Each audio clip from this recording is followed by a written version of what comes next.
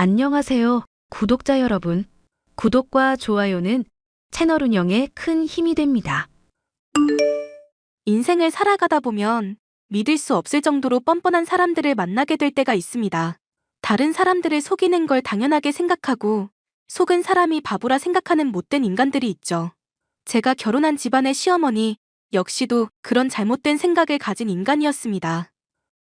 제가 40평생 사는 동안 어떻게 이런 이기적이고 추악한 사람이 있을까 싶을 정도였으니까 말 다 했죠.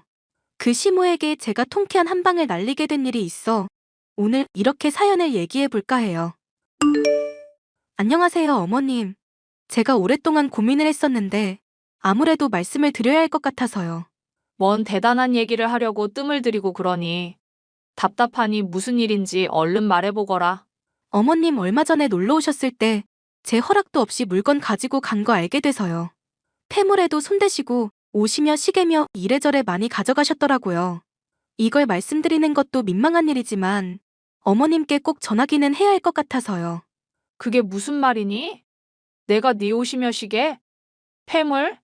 그것들을 왜 가져가? 내가 딱히 쪼들리는 사람도 아닌데? 그야 제가 알 수 없는 일이죠. 이제부터 어머님이 왜 그러셨는지 물어보고 싶어서 그런 거니까요. 아니, 내가 지금 이렇게 말하는 거 무슨 뜻인지 모르니? 내가 안 가져갔다고 말하고 있는데 무슨 사람을 범인 취급하고 있어?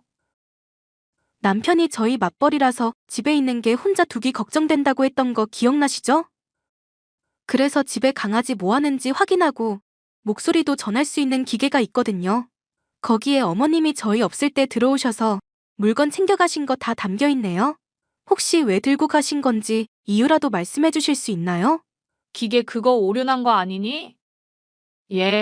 생사람을 잡아도 적당히 잡아야지. 어디 시엠이 무서운 줄 모르고 이렇게 추궁을 해대? 네가 형사니? 어머님, 저 법률 사무원으로만 벌써 3년 넘게 일했어요. 남편도 경찰 일하고 있어서 어깨너머로 듣는 얘기도 있고요. 이렇게 저희 없을 때 들어가서 물건 가져가시고 그러면 정말 곤란해요. 그래, 생각해보니까 내가 너희 없을 때 반찬이며 이래저래 챙겨주러 갔었던 기억이 있구나.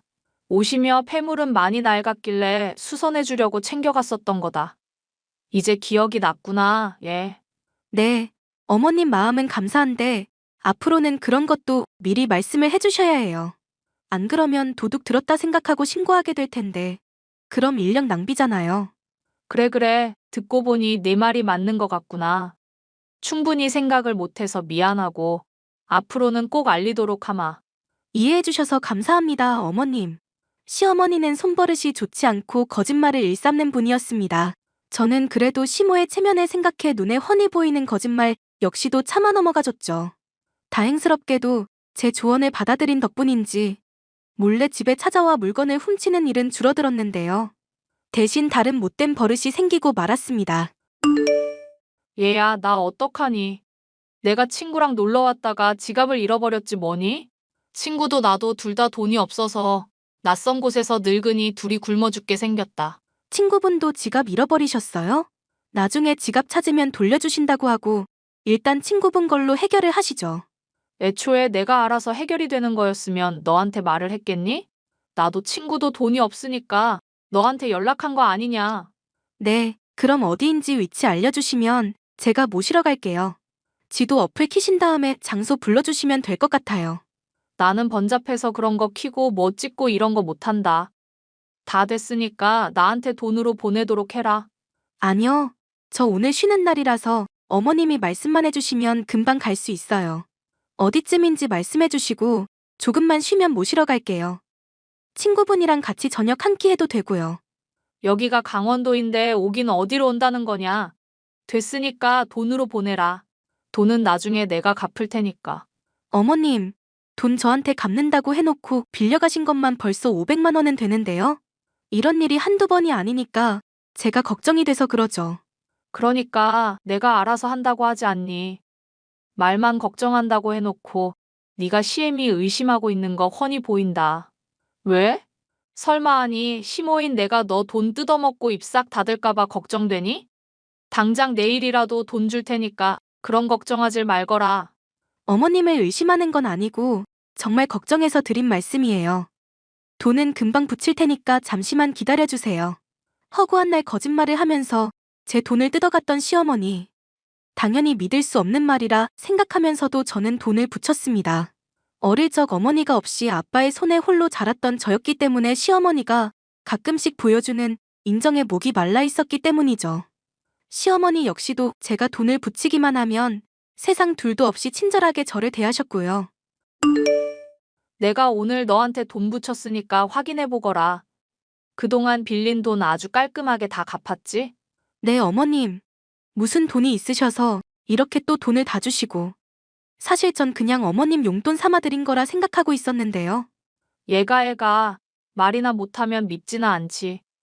너 그동안 어머님 꼬박꼬박 단어만 갖다 붙였다 뿐이지 완전 사채업자 뺨치더구나. 내가 그것 때문에 악몽 꾸다가 너한테 돈 갚은 거 모르니? 에이, 어머님도 무슨 말씀을 그렇게 하세요. 전 그냥 어머님 걱정돼서 그랬던 건데 맘 상하셨으면 제가 맛있는 거 사드릴게요. 사주겠다니 거절은 하지 않는다만 앞으로는 내가 뭐 돈 좀 빌려달라고 할 때 따지지 좀 말거라. 돈 없는 상황에서 힘들 때 딸처럼 생각하는 네가 그러면 정말 심란하니까. 그런데 어머님, 궁금한 게 아버님도 돈 잘 버시는 걸로 알고 있거든요. 그이한테 들으니 건물도 몇 채 있으시다던데 왜 이렇게 돈 쪼달릴 일이 많으세요? 원래 이씨 집안 남자들이 욕심이 드글드글이라 그런다. 나한테 경제권 맡겨놓으면 어련히 알아서 잘 불릴 텐데 날 못 믿고 그러잖니. 못나서 그런 거니 너는 신경 쓰지 말거라. 어머님이 또 재테크에 관심 있으신 줄은 몰랐네요. 내가 또 재테크하면 전문가 뺨치는 수준이다. 나중에 너도 관심 있으면 나한테 돈 맡겨보렴. 한번 생각은 해볼게요, 어머님. 시어머니의 절 대하는 태도는 날이 갈수록 살가워졌습니다. 돈이 필요할 때마다 거짓말로 핑계를 대는 건 여전했지만 돈을 바로바로 갚았기 때문에 큰 문제가 될 건 없다고 생각했죠. 하지만 이 모든 것이 제게서 돈을 뜯어내기 위한 기만이라는 걸 얼마 지나지 않아 알 수 있었습니다. 당신 요즘 엄마랑 친하게 지내고 있던데 설마 돈 보내주고 빌려주고 그런 거 아니지? 어머님이 돈 빌려가시면 바로바로 갚으시고 잘해주시는데 옛날에야 내 돈 빌려가 놓고 안 갚고 그러셨지만 요즘에는 안 그러셔. 당신 왜 우리 아빠가 엄마한테 경제권 안 맡기는지 모르지? 그게 갑자기 무슨 소리야? 달리 뭐 이유라도 있어 그런 거였어? 엄마, 옛날부터 남자든 도박이든 뭐 하나에 미치면 주변 안 돌아보고 횟가닥 눈 돌아가는 사람이었거든. 에이, 친엄마 아니라고 말을 너무 함부로 한다. 우리 신랑. 아무리 계모라도 그런 말 들으면 서운해하실걸? 나도 엄마 어지간하면 정붙이고 좋게 좋게 말하고 싶어. 근데 엄마가 이제까지 저절로 온 일이 있는데 어떻게 그러겠어. 아빠 건물 지금 3채인가 되는데 엄마만 아니었어도 5채는 됐을걸? 어머님이 그 정도셔? 거짓말로 아빠한테 이거 해달라 저거 필요하다 맨날 돈 뜯어갔었는데 알고 보니까 도박하고 어디 제비 같은 남자랑 바람핀 거더라. 그때 이혼하겠다는 거 울며불며 매달리고 하도 사정사정을 해서 아빠가 그나마 용서해 준 거고. 그렇구나. 그런데 옛날이랑은 다른 게 돈을 꼬박꼬박 잘 갚고 계신데? 만약에 도박에 진짜 뭐 바람이라도 나신 거라면 어떻게 그래? 그때 아빠가 엄마 친구분들한테 대신해서 돈 다 갚아주면서 탄식했던 수법이 있거든? 왜 사기꾼들이 신뢰에 싸울 때 자주 쓰는 수법 당신도 알잖아. 설마 돈 빌리고 갚으면서 점점 액수 늘리는 거? 여보, 나도 그런 범죄 잘 알고 있는데 이건 어머님이잖아. 설마 어머님이 나한테 사기를 치려고? 10년지기 고향 친구한테도 사기쳤던 사람이 엄마야. 내가 엄마 보기 괜히 불편해하는 게 아니라니까? 같이 사는 아빠가 보살이지. 보살이야. 남편의 말을 듣고 보니 어째 이해가 가는 대목들이 한둘이 아니었습니다. 초반에 이런저런 핑계며 거짓말들로 제 돈을 뜯어갔던 것부터 집에 몰래 들어와 물건을 가져간 것까지 정상적인 모습은 아니었으니까요. 어쩌면 제게 돈을 점점 많이 빌리고 계신 어머님이 또 도박이나 불륜과 같은 문제에 빠진 것은 아닌가 걱정이 됐습니다. 여보, 아무리 생각해도 나 요즘 어머님 하는 게 점점 걱정되기 시작하거든? 혹시 어머님이 우리한테 뭐 숨기고 있는 건 아닌지 알아볼 수 있는 방법 없을까? 당신 교통 쪽이기는 해도 명색이 경찰이잖아. 경찰이면 경찰이지. 명색이 경찰은 뭐야. 엄마는 그냥 걱정하지 말고 내버려두는 게 상책이야. 괜히 엮어봤자 좋은 꼴 볼 수가 없어요. 그래도 어머님이 전처럼 도박이라든가 뭐 불륜 같은 문제 겪고 있는 거면 어쩌면 누군가한테 협박받고 있는 걸지도 모르잖아. 다 떠나서 어머님 문제 심각해져서 전처럼 배상할 일 생기고 그러면 아버님 속도 상하시지 않겠어? 난 그냥 엄마가 사고한 건 터뜨려서 확 이혼했으면 하는 바람이다. 뭐가 됐건 오히려 당신처럼 생각하면 더더욱 파헤쳐봐야 하는 거 아니야? 아빠 잘 뵈러 가지도 못하고 우리는 우리 사는 걸로 바쁘잖아. 괜히 깠는데 큰 건 나와서 이혼이라도 하게 되면? 솔직히 이혼했으면 쉽긴 한데 한편으로는 아빠 불쌍하기도 할 것 같아서 그래.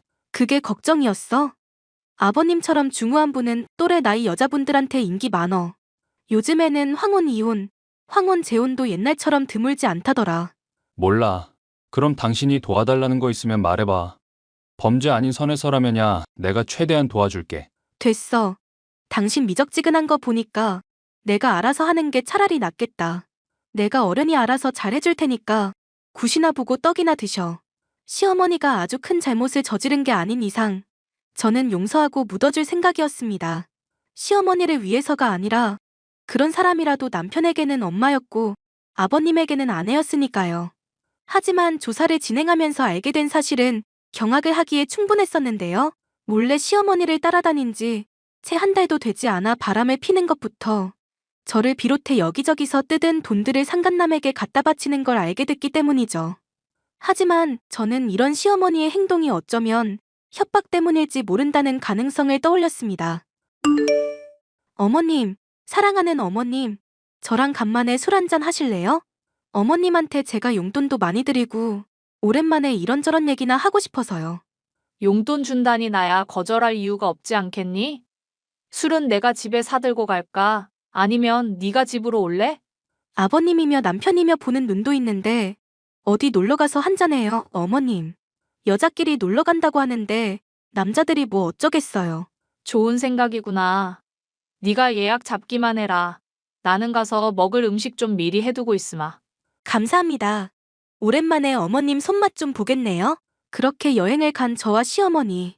술자리를 진탕 벌인 저는 시어머니의 핸드폰을 몰래 열어 상간남에게 협박받고 있는 건 아닌지부터 확인하려 했습니다.